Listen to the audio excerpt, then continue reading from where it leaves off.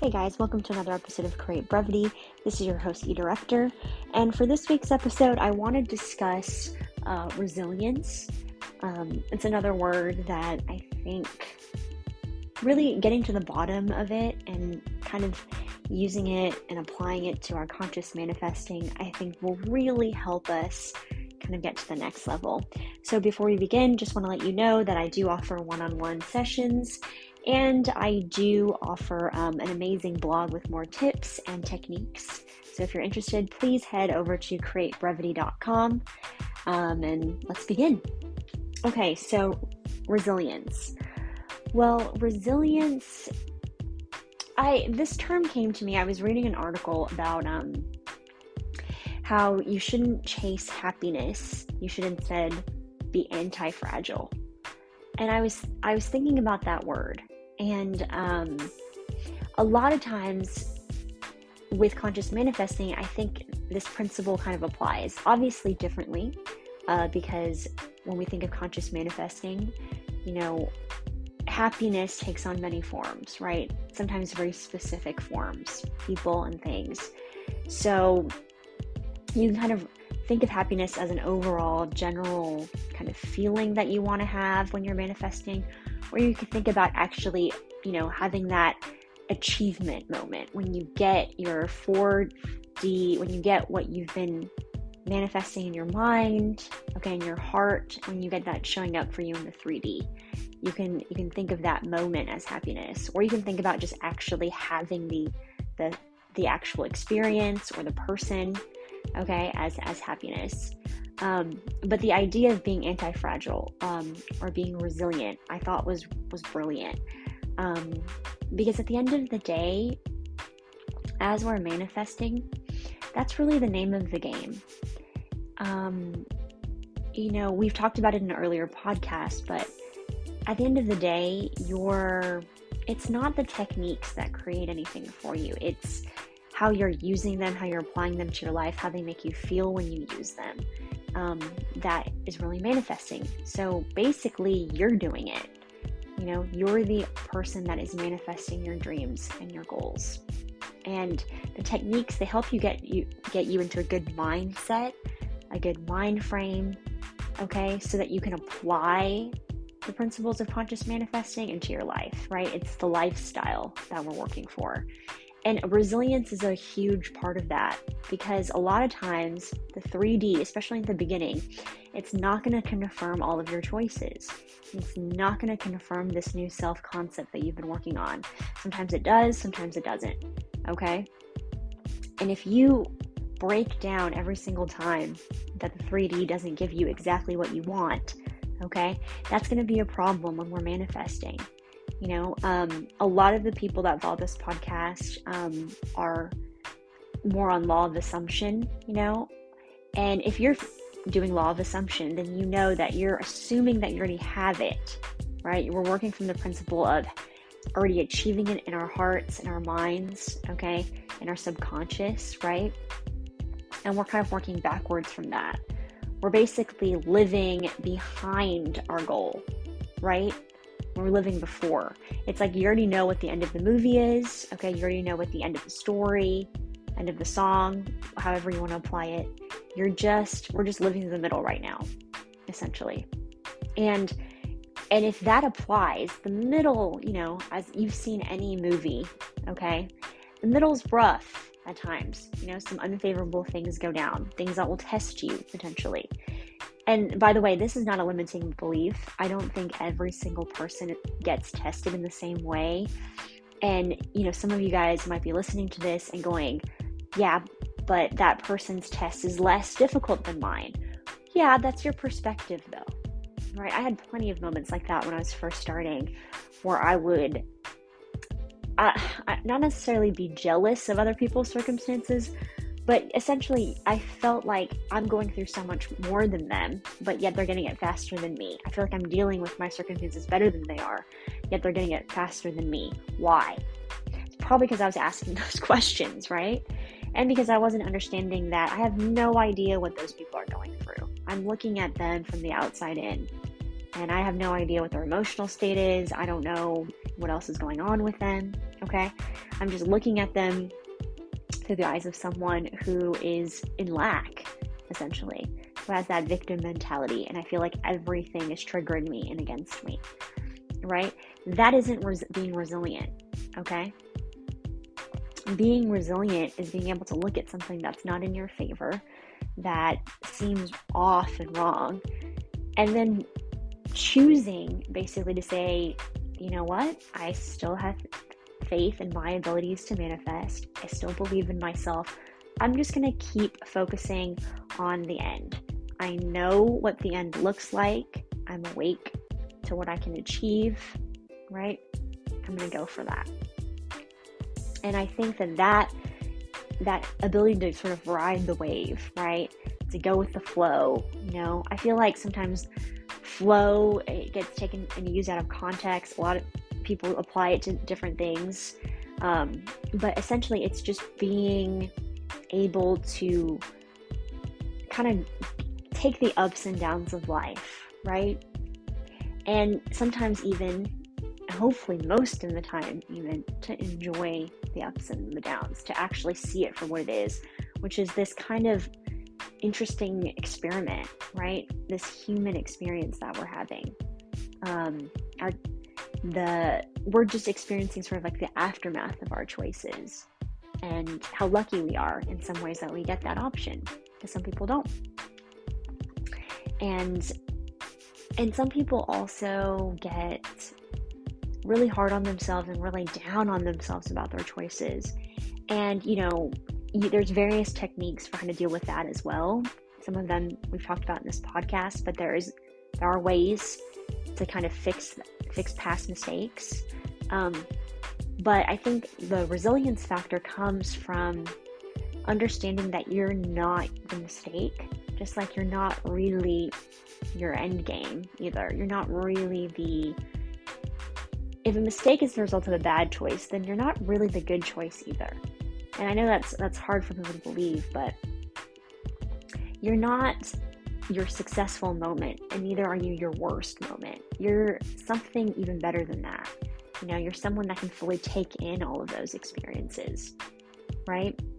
So, and why I say that is because, a lot of people that I speak with, they put a lot of stock into getting their manifestations, and they feel like, if I can just get this thing, I'm going to be okay. And really, how you want to approach manifesting is you want to get really healthy in your own space, in your own head, okay?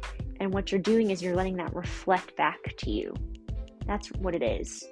It's kind of like playing tennis. You want to get some nice clean shots in and have them be cleanly swung back to you. Okay, just the way you sent them out, you want them to come back in, kind of a thing. Okay? And the reason why I say it like that is because if you don't get your manifestation the way that you think you're going to get it, or for some people, if it gets delayed in some type of way, they really start to believe like they're doing something wrong, they're not living their lives properly, they don't have good self-concept, they start looking for things, and they also start to feel like they're failing in this journey. And what I'm here to tell you about is, no, you're not, right? The whole point of this is to have the journey. So what if yours is a little bit different than someone else's? And don't get me wrong, I also feel like this at times too. I'm a human being. But I get a little bit more graceful at it, and I find a little bit more ease in it when I can laugh at myself, when I can remind myself of this human experience. Because I know for a fact, I know it for a fact that at the end of the day, right, I'm going to get what I want. I'm capable of achieving it. I believe that it's possible for me, however you want to word it. I have that feeling, right? And the reason why I've been able to have that feeling genuinely, why I've been able to maintain it for long periods of time, I believe is because of the resistance factor. Because I'm able to understand that the resistance is me. Essentially, It's me not having the courage to believe that I can do it. It's me not wanting to push through different obstacles that my mind's setting up. Okay, it's me. That's the resistance. So when I factor myself into it, and I realize I'm just fighting myself on this, I'm able to let go. I'm able to be a little bit easier. And then that struggle breeds resilience. So resistance, if you want to think about it this way and kind of reframe your mind, it's building up your resilience. It is, okay? And you reach a certain point with manifesting where you get some things come in, you build your faith, and you really, really feel like you've got it. You've got it nailed in the bag, and then something will come along and it'll kind of like ting you a little bit. It'll kind of like shake you up. At least that's been my experience as I've been on this journey. And I find that it's just so that I can kind of move up another step. I can get a little bit more awareness about myself. And then I just you get sometimes excited about it even, because you're like, wow, I get to level up almost, And when I think about it in that way, it becomes easier to laugh at myself, especially because sometimes, again, I'm a human. I will repeat some similar mistakes. I'll have some similar patterns, and I'll have to laugh at myself like, oh my God, you're doing it again. You're letting your ego kind of put its foot all over everything all over again. You're putting your foot in your mouth all over again. You're getting that anxiety. You're getting worked up all over again. And then you're able to kind of just laugh and get some air out, release some of that air, and hopefully you can kind of sit back a little bit. And that's why I think resilience is so important, and it's a huge part of our conscious manifesting journey. And so I want you to really think about the words courage and resilience. Be courageous. Let yourself have the things that you want to have. Okay, let yourself experience them. Okay, it's happening in your head, right? If you can't experience it in your head, okay, ask yourself why. Why even in the most private of places, okay, even the most sacred of places, you can't allow yourself to have what you want, okay? And kind of go from there. If you're finding that it's hard for you to let yourself have it, okay, then ask yourself why and kind of work up. But have resilience when you're doing it, okay? Be okay with the answers that come up, okay? Even if it is scary, because at times it's very scary to admit, and let yourself be okay with that. And if you're not okay with it, that's okay too. I'm not one of those people that thinks that you should force yourself through things, okay? Or push yourself through. You're not, I don't think you should do that at all. Unless that's something that you want to do.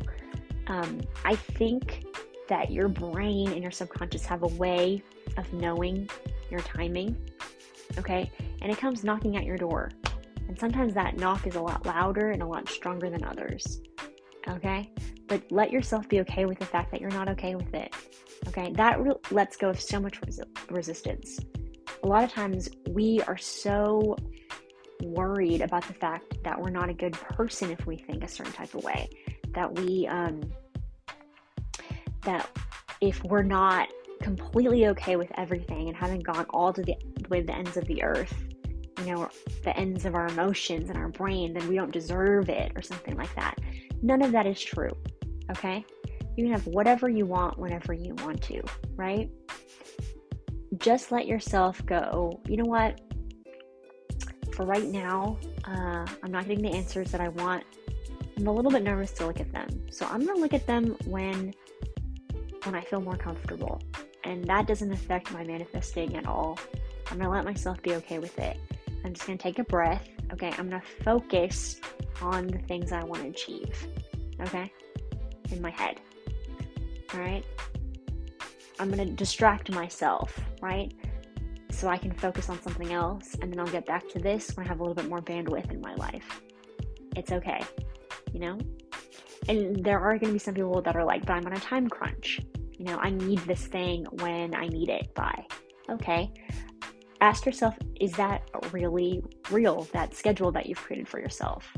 Or is that just a limiting belief where you've told yourself, I have to have this in 24 hours or it's never going to happen. Okay. And if that's the case, why do you have that limiting belief, right? And kind of go from there. Because most of the time that I find with people who are on a time crunch, it is usually some sort of restriction that they've placed on themselves, like they're testing themselves or they're testing their universe, their subconscious, God, and it really doesn't have anything to do with their manifestation. If I find that most of the time, people who actually have something on a time crunch, they can focus very well on what they want. It's like kind of like tunnel vision on that a little bit more. And I think it's because they feel the difference. For people who just want something on a time crunch, right? It's a little bit of a different emotion. So hopefully this helps, but anytime that you're just not letting yourself have it. For example, I worked with someone who wanted a very specific, they were kind of new to the law of assumption, they were new to manifesting, and they wanted to acquire a very specific watch. So this was a watch that sort of really signified success to them, and they had achieved a fair amount of business success, and they really wanted this watch, and it was, had a whole lot of, emotional importance to them. But for some reason, they weren't able to completely allow themselves to have it. Even in their head, they just could not imagine that someday that they were going to be able to afford it. It's a very rare type of watch. And when they finally got to the root of it, they realized, it just felt like they weren't successful enough, right? Not yet. And they kind of felt like the watch was like the end of an era, the end of something, a project, and they weren't quite ready to let go of that project at the same time either. So something that they were delaying. So they had a lot of resistance to it. And so they would go on the internet, eBay, different resellers, auction houses, and they wouldn't be available. And once they got courageous enough to kind of let go of the project and to understand that this chapter was closing, okay, but another one would soon begin, okay, something else that they could work on, they could put their passions into, and they were able to kind of imagine themselves wearing the watch and feeling it and really letting go. And lo and behold, there it was. There the watch was, and that's something that happens a lot of times with very specific things. So if you think that you can't manifest something, okay, ask yourself why. And kind of go backwards, I guess, right?